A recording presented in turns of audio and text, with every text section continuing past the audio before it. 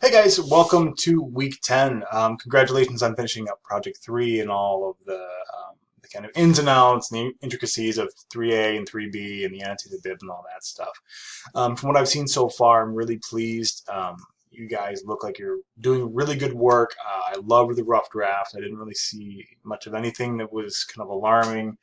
But obviously, if I did, I made note of that, so you guys have my feedback on that. Now I'll be working through getting everything that I have back to you as soon as possible, so you will see your grades being updated throughout the week. So stay tuned for that. Um, if you had any trouble uploading 3A or anything like that, email me and we'll get that all sorted out. Okay, so let's take a look at week 10. Um, in Project 4 in general, because week 10 really kicks off our work on Project 4. Now, what Project 4 is it's kind of the culmination of everything you've done so far. So as you can probably see, and you're thinking about the assignments that you've completed throughout the semester, it's all been working on the same topic or the same community or using similar sources, right? You identified the community in one, you looked at an article from that community in two, you reviewed a bunch of literature from that community in three, and now Project 4 is going to be putting all that work to good use. And so what you're going to be doing is you're going to be creating what's called a research proposal. Essentially, you are going to be proposing um, a solution to or an attempt to solve some sort of problem that you noted in your community. So basically, you're going to be thinking about the work that you did in Project 3, right? Where you are looking at a bunch of experts talking about a particular topic. And you're looking at how they're working on this topic, how they're solving problems or identifying problems or whatever. And your job is going to be to now enter into that conversation that you just documented, right? So if Project 3 is you outlining the conversation, Project 4 is you stepping into it and participating. Okay, before we get to all that, though, let's take a look at what our work actually is for this week. Okay, so week 10 kicks off today, which means you have a couple things to do this week. And one is to read the Introductions CARS Purdue Online Writing Lab. Now, this is just going to be a good way to start thinking about how to actually start writing this thing, right? This is more writing focused than kind of theory or anything focused like that. So it should be a little bit more accessible than some of the other things that you've read so far. The other thing that I want you to concentrate on is this Chapter 3, Writing a Research Proposal. This is going to be really valuable for you guys because this will explain the differences between a research proposal and, say, a regular argumentative essay. And I'll try to do that here as well, but that will really reinforce some of the ideas that I'm going to bring up to you guys in just a minute. Okay, so that's it for Wednesday. Friday, you've got nothing to do. Sunday, I'm just looking for a blog, which is going to be a draft of the introduction for Project 4. And I'll explain why I want to do it this way in just a minute when you see the sample. Okay, so a couple of readings this week and a draft of the intro for this essay. Okay, but let's go back and let's take a look at Project 4 in general. Okay, so here's our introduction. And so as it says, each assignment has kind of led up to this, right? Your investigations into your discourse community, your reading and all that have really led to this moment. Basically what you've been doing throughout the semester is becoming acquainted with your community, learning about it, and then collecting a lot of research about that community or done by members of that community. So essentially what this means is that you've got a good knowledge base to build on, to use now, to participate as an expert yourself or to mirror the strategies used by experts in this community. So in this project, you'll begin to try out your community's ways of knowing and doing by writing a research proposal. Using a hybrid of Swales is creating a research space, which is that reading that you'll be doing for this week. You will compile and revise work completed throughout the semester in order to write a formal research proposal. Your research proposal should research a problem that is relevant and common to your discourse community, and it should demonstrate your growing awareness of your community's methodology for research. Now, one of the things that I want to stress here is this idea of, where was it, compile and revise. Most of the meat and bones of this project you've already done.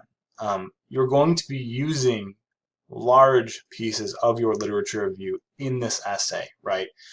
With some slight revisions to make it fit a new idea. But essentially what you've done so far through the semester is you've been writing pieces of this essay, and now it's time to tie them all together. So there should not be a whole lot of new research going on unless you've kind of changed your topic or things like that, or you want to find some more detailed sources. But essentially, you've already got a pretty good basis of this essay already written and submitted.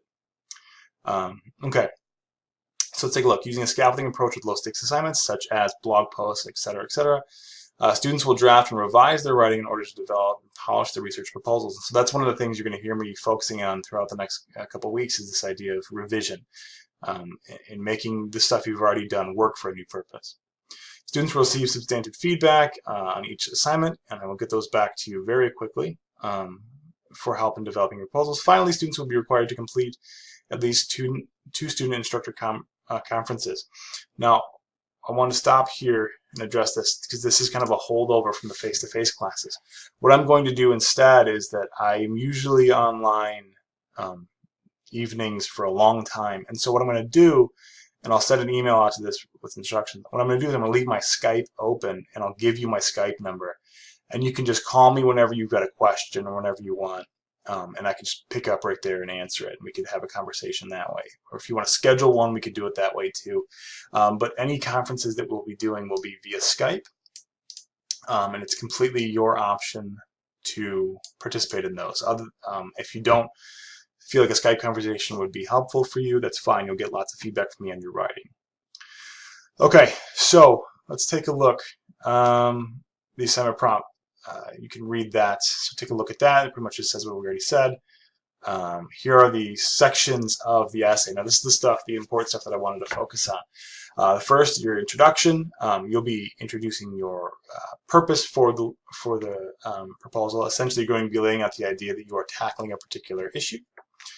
Second is your literature review, which is pretty much already written. Again, you'll be using large pieces of your literature review to show how experts in your field are already tackling this.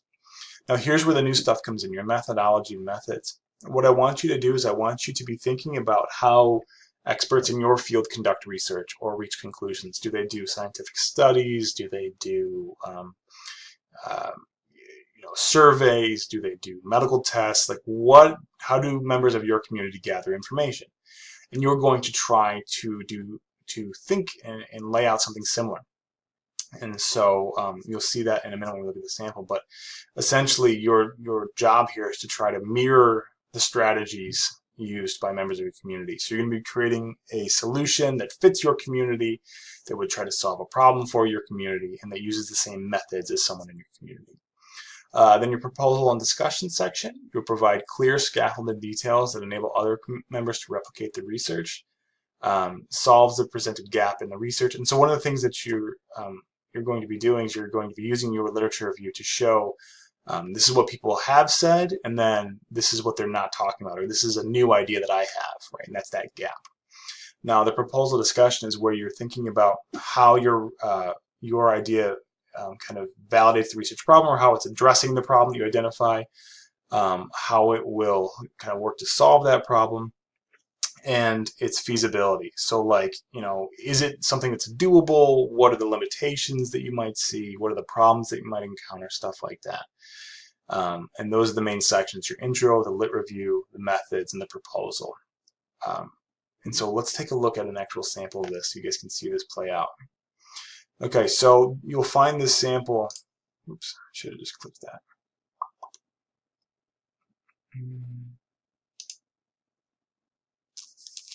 Okay, so you'll find this sample under week 10.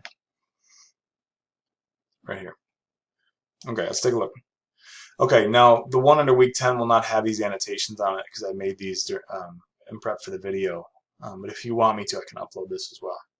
Okay, so you'll notice that the first thing we see is an abstract, kind of a quick summary of your entire essay, right? Which is laying out the kind of different sections: current research, and then kind of the student's purpose. I will explore why exactly it is mentoring in pre-service programs have been found to be effective. And then finally, the objective for this essay. The objective of this paper is to address mentoring practices displayed in various programs. And that's really all an abstract should do, is just give me a general sense of what I'll be encountering in your purposes for this. Okay, now let's look at the actual essay. So this is largely adapted from the introduction the student wrote from the lit review. in that we see some research here going on that's kind of grounding us in the general topic. Teachers employed in schools are leaving the profession at a disproportionate rate. As the previous generation of teachers are leaving the field through retirement, there's a need to replace with qualified teachers. So kind of we're starting to identify some issues here. New educators are tasked with both performing at an acceptable level in the classroom, also handling the challenges that naturally come in the field. And so again, we're just kind of getting a general sense of what this student is talking about. We're talking about, like, how to help teachers, mentoring programs, et cetera, et cetera. And so that's all your intro should be doing as well. So just be giving us, a general sense of the topic that you're looking at, bringing in a little bit of information to help kind of round it out, just like you are doing in your lit review introductions already. Okay, and so then we have a clear statement of purpose down here, kind of towards the end of the introduction. In my research, I will examine the challenges novice educators face in the first 5 years. So again, this is what was guiding the research during the lit review. The purpose of this research is to understand the context of the environment, and then kind of a statement of purpose, right? As a result, schools need to foster a mentoring program that both solves the issue associated with teacher identity. Okay, so let's just recap. We've got an intro that gives us the topic, statement of purpose that was guiding the research, and then kind of a conclusion as a result of that research. As a result of everything they noticed, this is something that we need to do. And so then we have the literature review come in, and again, this is largely, just shored up or polished up from the literature review they turned in.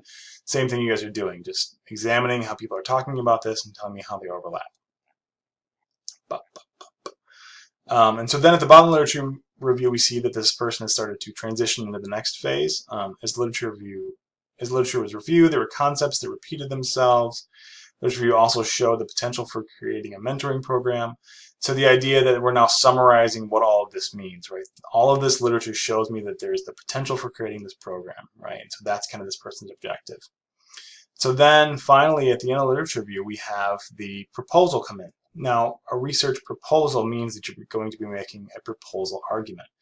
And you can see it is as on the nose as I propose the creation of a mentoring program that could accomplish this goal. Now, this is how I want yours to be worded as well. I propose that we do something, or that somebody does something, and then you'll explain what that something is. Now, you'll also notice that really this is the thesis for this paper, and it doesn't come in until page 14. And that's kind of the other generic nuance of this essay, is that you'll kind of tell me what your overall conclusions are at the very top, but your real thesis won't come in until after you've introduced the problem, until you've introduced how other people are talking about this problem, because that's how you're going to be making space for yourself. And you'll see that more in that CARS reading. But essentially, the first 12, 13 pages of this essay are you demonstrating that you know what the problem is and you know what people are saying about it, so that you can come in and say something new.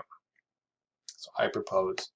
Then you'll see we've got a section that's talking about projected outcomes. This is how I think this solution would solve the problem. The methodology section, which is where this author is detailing how they would go about doing this. So now you say, I propose that we do this. Okay, how? You're going to tell me how. And finally, a discussion of like the feasibility, like how feasible is this? Is it something that can actually be done? What are the problems that people would face, et cetera, et cetera. Okay, so just to recap, your reading for this week is pretty short, and so I want you to concentrate on this introduction. So think about how can you make the introduction from your literature review work for this purpose, right? The first thing to do is to figure out what was your purpose for the literature review. It was to show how people in your field are talking about a topic. And then what is your purpose for a research proposal? It's to use that information, use that discussion of how people are talking about a topic to set yourself up to say something new, right? So those are the two differences. And so try to think about how can I set that up in my intro. Now, I will be posting videos kind of throughout the week to help kind of guide you over this stuff, and I'll send out an email tomorrow with any kind of Skype information, so you guys will have my contact info there, and I will talk to you guys later.